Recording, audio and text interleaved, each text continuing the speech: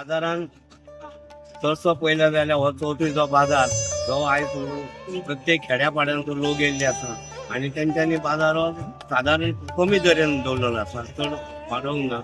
पयलें म्हणजे मेन हांव म्युन्सिपाल्टीचे चेअरपर्सन आमचो अध्यक्षाच्या चड हांव उपकार मानता, कित्याक आयज तेणी बाजारान जी आयज तेणी खरेंच वेवस्था बरी केल्ली आसा.